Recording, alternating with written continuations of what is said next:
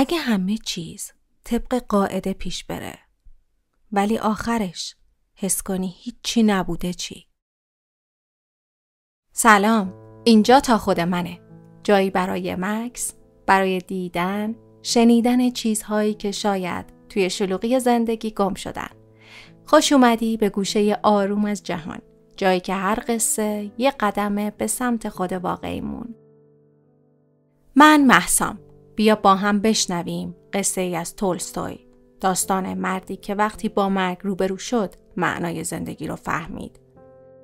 بیا با هم قدم بذاریم توی این قصه عمیق.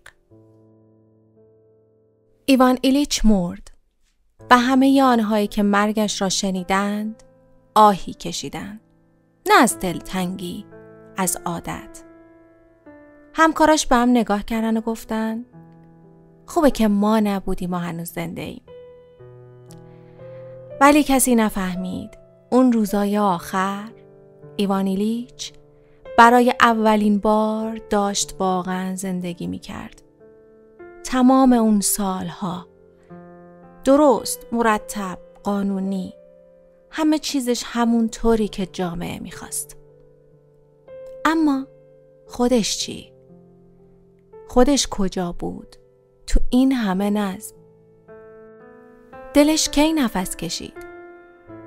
زندگی اون ساده و معمولی از همین رو بسیار وحشتناک بود.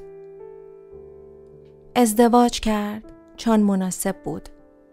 شغل گرفت چون باید می گرفت. بچه دار شد چون وقتش بود. حتی وقتی خندید به موقع خندید. با همسرش نه دردی را شریک شد، نه عشقی را. با فرزندانش غریبه بود.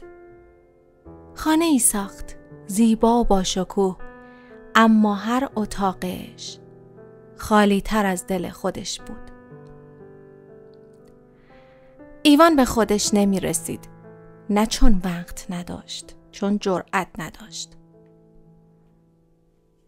او آدمی بود که برای دیگران زندگی می کرد، نه برای خودش.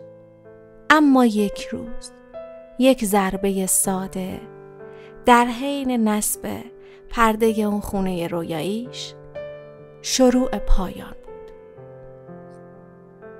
اول فقط دردی بود در پهلو، بعد شد نگرانی، ترس و کم کم مرگ مثل سایه پشت پلکاش نشست.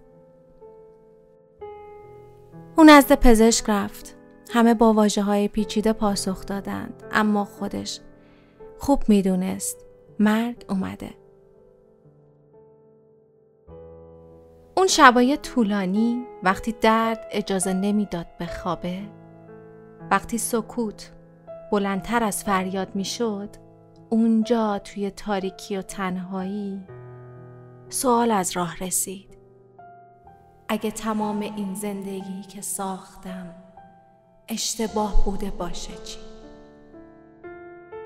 این سوال مثل زهر بود، مثل خنجر، و همه چیز رو میبلعید. افتخاراتش، مدارکش، احترام دیگران، همش دود شد رفت هوا. همه کارهایی که به نظر درست می اومد حالا مثل خاکستر شده بود. دروغهایی که گفته بود، نقشهایی که بازی کرده بود، لبخندهای مصنوعی، میهمانیهای بیروح، همه بی‌معنا شد جز مرگ. همسرش با عصبانیت از حال او حرف میزد. دوستانش از نبودش به فکر ارتقا بودند و او در انزوای مطلق فقط یک نفر را داشت. یک خدمتکار ساده، کسی که آرام و بی ادعا دستش را می گرفت و او را فهمید. ایوان در آینه نگاه او فهمید که هنوز چیزی واقعی وجود داره، چیزی مثل مهربانی.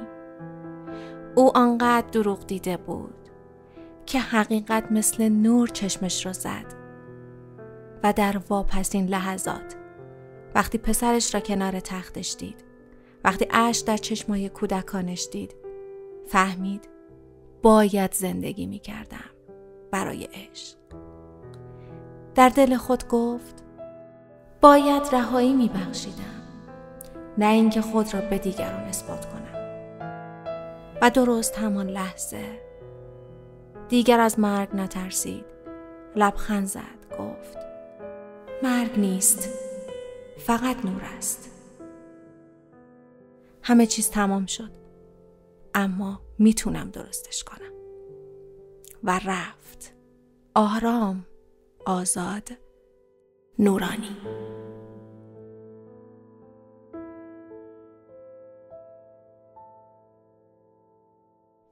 اگه این داستانو با دلت شنیدی، همینجا بمون، سابسکرایب کن و برای عزیزانت به اشتراک بذار. ممنونم.